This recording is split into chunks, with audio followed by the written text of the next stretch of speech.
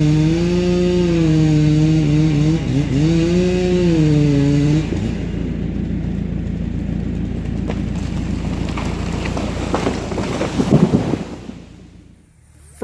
morning, just got done marking these logs, getting ready to start bucking. Cahill is right across the way in there. He's getting ready to hook up to something over there. I'm not sure what. I just heard a tree hit the ground over there. Yesterday, kind of had a rain day. I think Kenny come up here and cut. I told Mike and Cahill not to just stay home, not worry about coming to work, because I didn't know what the weather would be here. I kind of wish I'd had Cahill come at least to help drag. So I'll take the blame for that. You know, Cahill, he goes to work at 1:30 in the morning at FedEx. When he gets off work there, he comes to work for us. So, like I said, he's my little cousin. He's family, so that's why he's working with us. I kind of talked him into it because we needed a good hand, and he's a good age to learn. So hopefully he'll show some interest in it, which I really think he is. Yesterday, I had to go up to Carrollton, Missouri to look at timber, so I spent basically all day yesterday on the road. I do spend a lot of days traveling to look at timber. I know I've got to go to Council Bluff, Iowa one day next week to look at timber. I thoroughly enjoy getting to buy timber. There's almost nothing I would rather do any more than buy timber.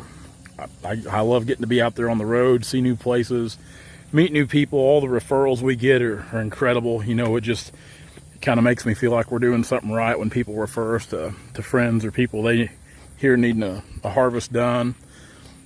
People, you know, the people that watch us on, whether it be here on YouTube or see our stuff on Instagram and Facebook. Yeah, it's a pretty cool deal, you know, people that kind of follow along and don't really think about it until they're calling or wanting you to come look at their timber stand, which, you know, it's an awesome deal. I love getting to look at timber. Probably 80 to 85% of the timber we cut anymore is timber that I buy. You know, Dad, he doesn't buy a lot he'll still buy some jobs every now and then, but all Dad wants to do is cut, which I'm totally fine with that. I don't blame him for not wanting to get out and beat the bush and buy timber, because it is a lot of work. It's a lot of work keeping up with everything and going to look at stuff. You know, we probably buy, I would say 2 out of 10 jobs I look at, we buy. And usually it's just because there's not an abundance of timber there. There's nothing there, you know, mature enough to harvest, or it's just stuff we're not looking for. So there's a lot of factors that go into it, and we definitely don't take every job that we come across. Sure don't. There's some jobs I pass on. So we're very selective about the timber we harvest and the jobs we take on. So anyway, today Cahill just came out with that little walnut over there, the last drag, so I don't know what he's hooking up to this time. We'll get to bucking up here and get these things laid out. Calling for rain chances today. It doesn't look like rain to me, but I've been fooled before. So we'll get these, get them worked up and laid out. Get the old 299 fired up. And hopefully we can see some more big bur oak and walnut come out to the deck today. I'm not for sure what all Kenny's cutting in there right now. It's nice to jump in this thing every so often to stack logs and get the air conditioning to kind of cool off. Another warm day today. It's supposed to be terribly hot Monday and Tuesday, I believe, like up in the mid to upper 90s.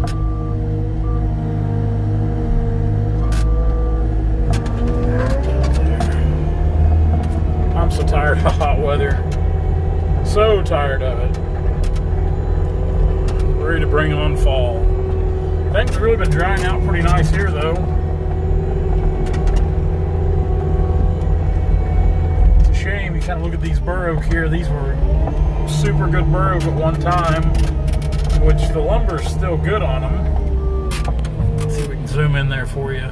Lumber's still good on them, but the bad thing is, with that bark dead and dying and the sapwood starting to die, they won't put a lot of money in them, which to me is just ridiculous. I mean, absolutely ridiculous, because they're going to yield good lumber one way or another. What that comes down to is basically probably some educated idiot that went to a university and got a degree on a piece of paper, and of course, he knows more than the guys that do it every day, you know, whether it be me or sawmillers or other loggers or, like I said, any of us guys that are out here doing it every day. Which is aggravating, but at the same time, I mean, it's the way it goes. Can't do too much about it. Put that in there.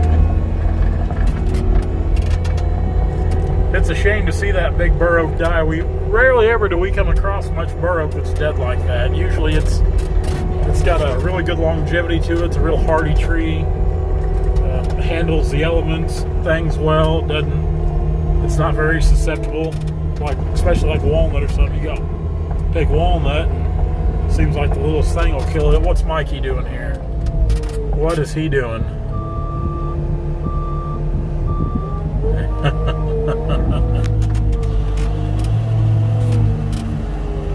What is he doing?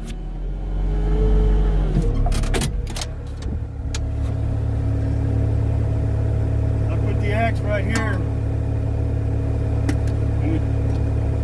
Came over here with it somewhere. Did you happen to find the axe? I don't see any axe on the log deck here. Last log that come in. Is that what it is? I think the last log that came in before that other one was right over there, the top of that bur oak. I can't see that thing riding all the way out here. I'll lift up on that, but I doubt it's there. Oh, Mikey. Mikey.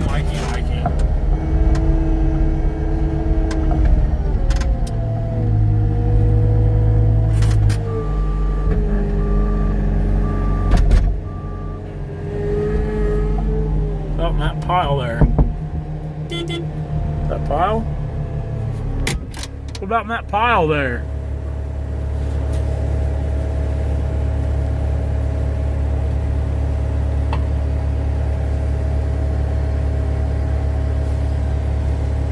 Man, I'd say it come off. I doubt that thing rode. Go back and look through. He's probably run it down into the ground. Cahill has with the skidder.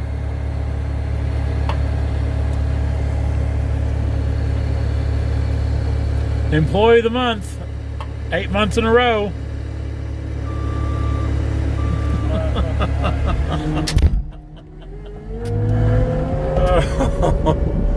Sometimes I feel bad for Mike because it seems like if something's going to get broke, tore up, or lost, he is always involved, and he doesn't mean to do it. He honestly doesn't. He means well. My gosh, does he ever mean well? But we kind of got the running joke about he's the employee of the month, and of course we got Cahill in on it now.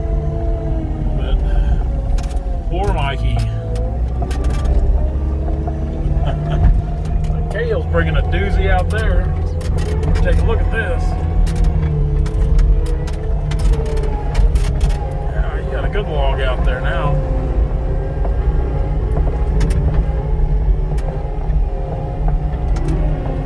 Man, that's walnut too. Man, that's a beast. That is a beast. Pretty good stick of wood right there. Yes, sir. Here the boy comes. You got a toad in tow there.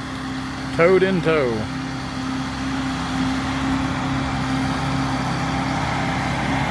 Got her up off the ground pretty good.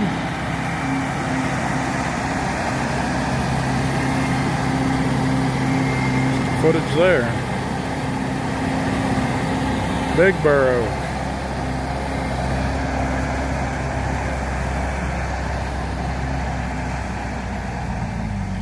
The only bad thing about them, even using a 10-foot choker, usually won't go around the butt, so you got to hook back into the main line, which just like right here, Cahill's going to go down and do that, and it can be a pain. Now, I should be up there helping the boy, but we'll let him kind of get the feel for it.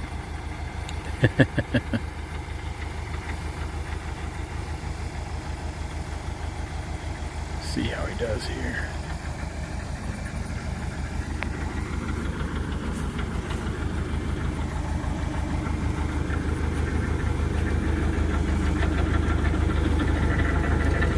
Get it, Cahill? What? Get it?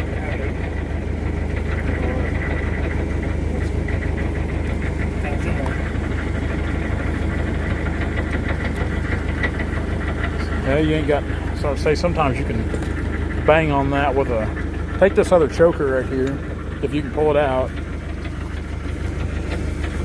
Use that end of it to hit on that bell. Just kind of beat it loose.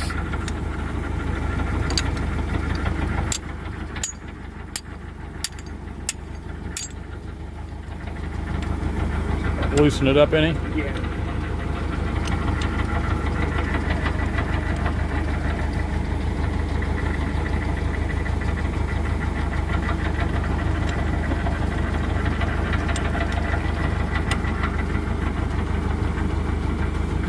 That's the only thing bad about hooking back into the main line. They're a bear to get out.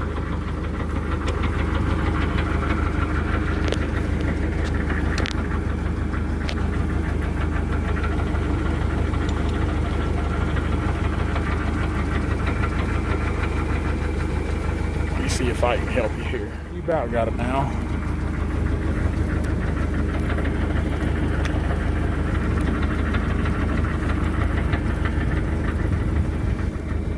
Try to get a little more slack out of it. No, bring it back. Pull it out.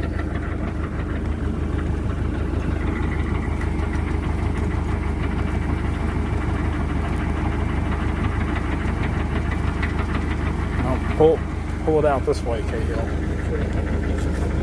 Pull the choker. Pull it out that way.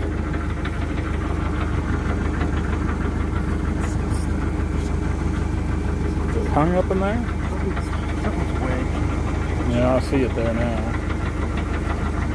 I might have to get the hammer off my truck and beat it out.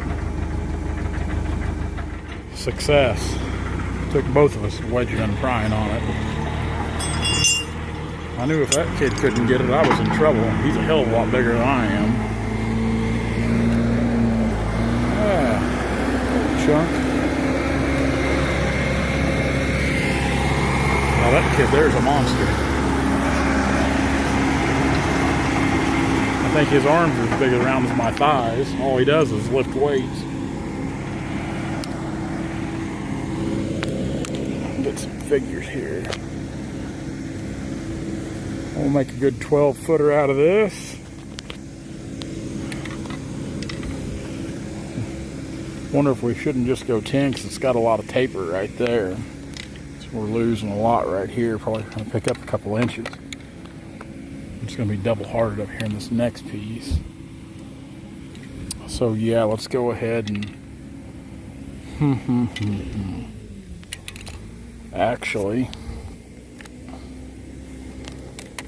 let's take it to the max. We'll take it on to 14 because right up here it ain't going to matter because she's going to be double hearted all the way back into here.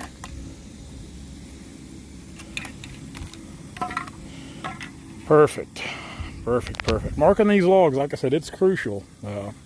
I had a great teacher growing up, Dad.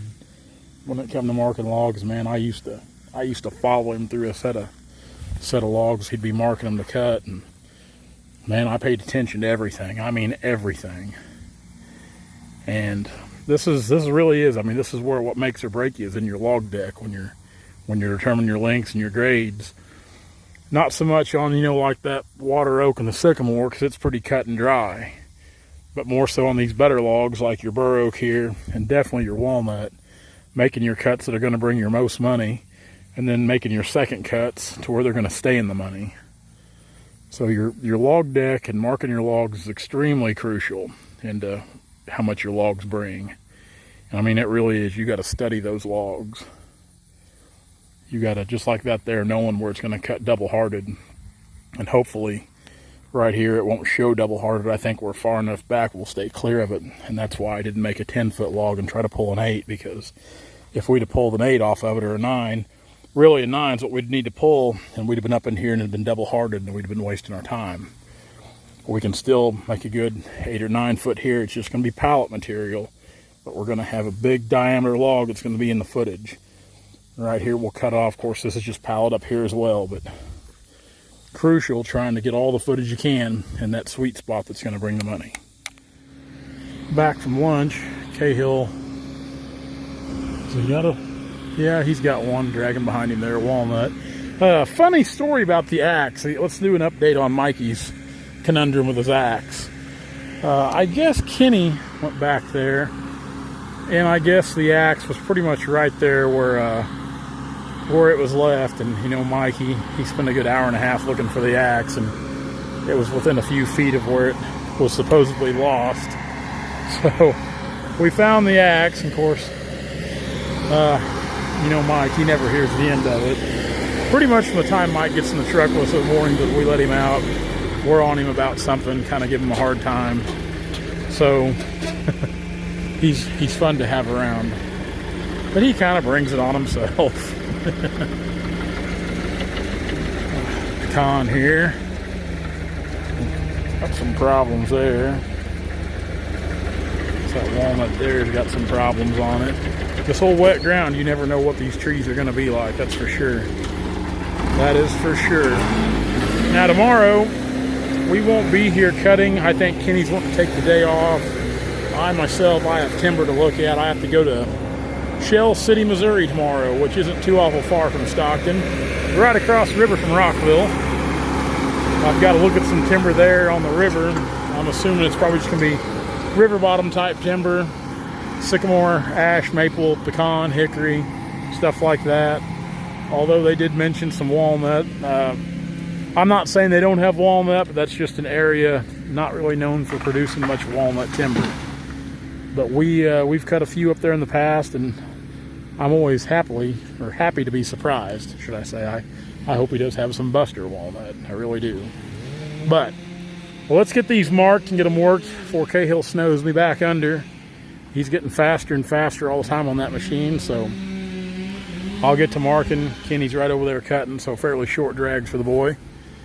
And we'll get these laid up and rode out. Hey guys, if you like what you see, be sure to like, comment, and subscribe to our channel for all of our latest videos.